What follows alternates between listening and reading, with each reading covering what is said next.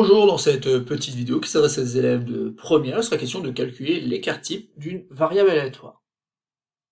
Alors dans cette vidéo, il s'agit tout simplement d'appliquer donc les formules qui vont permettre de calculer l'écart type des variables aléatoires x et y. Alors pour cela, on nous dit que l'espérance de x, on l'a trouvé, c'est 7,3, l'espérance de y, c'est moins 2 neuvième. Ensuite, on va utiliser donc cette formule qui donne la variance, qui dit tout simplement qu'on calcule la moyenne des écarts entre les valeurs prises par la variable aléatoire x et e de x. Ces moyennes, donc, c'est les moyennes des écarts élevés au carré. Et ensuite, une fois que vous avez la valeur donc pour la variance de la variable aléatoire x, prenez donc la racine carrée du résultat que vous avez trouvé et vous allez obtenir donc l'écart type. Maintenant qu'on a rappelé ces deux formules, vous pouvez appuyer sur pause, essayer donc de faire les calculs afin de déterminer l'écart type de chacune de ces deux variables aléatoires.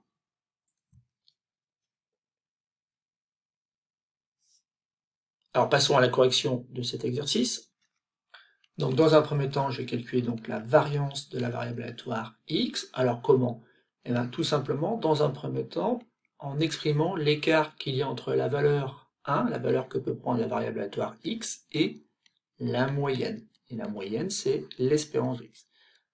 Cet écart, je l'élève au carré, et je multiplie donc par la probabilité que x soit égal à 1.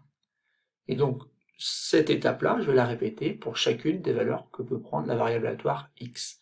Donc ça veut dire qu'après, ça fait 5 moins l'espérance de x.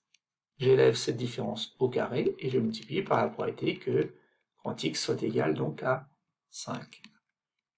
Je continue. Maintenant, la variable aléatoire peut prendre la valeur 10. Donc 10 moins l'espérance de x élevée au carré, multiplié par la probabilité que la variable aléatoire prenne la valeur 10. Et je termine en écrivant donc 20 moins l'espérance de x. Cet écart, je l'élève au carré et je multiplie par la probabilité que x égale 20. Ensuite, donc, on remplace par les données d'exercice. Donc ici, 1 moins l'espérance qui a déjà été calculée dans un autre exercice et on avait trouvé 7,3. Cette différence-là, je l'élève au carré et je multiplie par la probabilité que x égale 1, qui d'après le tableau vaut 0,3. Et je continue, donc ensuite ça fait 5 moins 7,3 le tout au carré, multiplié par 0,2, plus 10 moins 7,3 élevé au carré, multiplié par 0,4, plus enfin 20 moins 7,3 élevé au carré, multiplié par 0,1. Alors je peux améliorer un petit peu l'expression en allant calculer 1 moins 7,3, ça fait moins 6,3, donc le tout au carré, multiplié par 0,3, etc. Ou alors je prends directement la calculatrice et j'obtiens donc 32,01. Alors ça c'est la variance, et j'en déduis donc que l'écart type, que je note sigma de x, c'est donc la racine carrée de v de x, ou encore la racine carrée de 32,01, ce qui fait donc à la calculatrice environ 5,66, puisqu'on me demande d'arrondir au centième. Alors comment interpréter donc cette valeur-là? Ça signifie tout simplement que, en moyenne, les valeurs prises par la variable aléatoire x s'écartent de 5,66 autour de la valeur moyenne 7,3. Alors passons maintenant à la deuxième variable aléatoire de cet exercice, qui est la variable aléatoire y.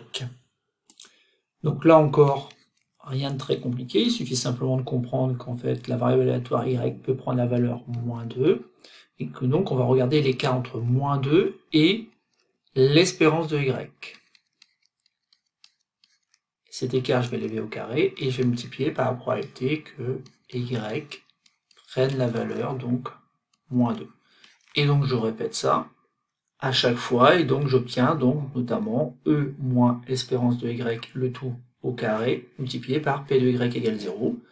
L'écart entre 1 et l'espérance de y élevé au carré multiplié par p de y égale 1. Et enfin, l'écart entre 4 et l'espérance de y élevé au carré multiplié par la probabilité que y prenne la valeur 4. Il ne me reste plus qu'à remplacer par les valeurs.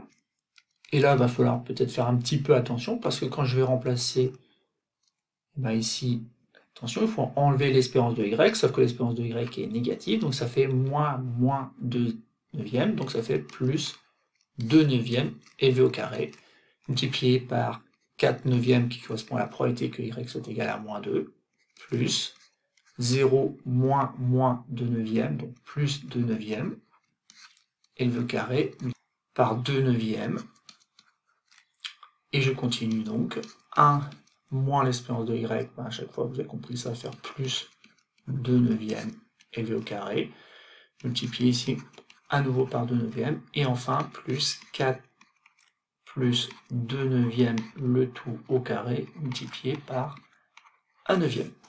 Ensuite, on prend la calculatrice, et on obtient 302 sur 80. Et donc ce résultat correspond à la variance de la variable aléatoire y, et nous ce qu'on veut, c'est l'écart type, et donc l'écart type de la variable aléatoire y, on va l'obtenir en faisant donc la racine carrée de v de y, ou encore la racine carrée de ce nombre, 302 sur 81, dont on va chercher une valeur approchée à la calculatrice. Donc ici on nous donne une valeur avec une racine carrée, et donc la calculatrice maintenant est capable de donner une valeur approchée qui correspond à environ 1,93, puisqu'il faut arrondir donc au centième. Donc voilà, c'est terminé pour cette petite vidéo. Il s'agissait ici simplement de bien prendre en main cette formule qui permet dans un premier temps donc de calculer la variable aléatoire, et ensuite, à l'aide de la formule qui donne l'écart type, qui n'est rien d'autre que la racine carrée donc de la variance, on obtient donc l'écart type demandé dans cet exercice.